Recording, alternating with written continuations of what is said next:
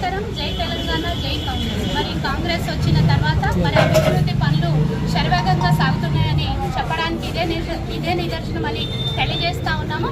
So స్థానికంగా కుషాయిగూడలో మరి పైన బస్తీ, కింద బస్తీ, మరి పక్కనే ఉన్న హనుమాన్ నగర్ కాలనీ.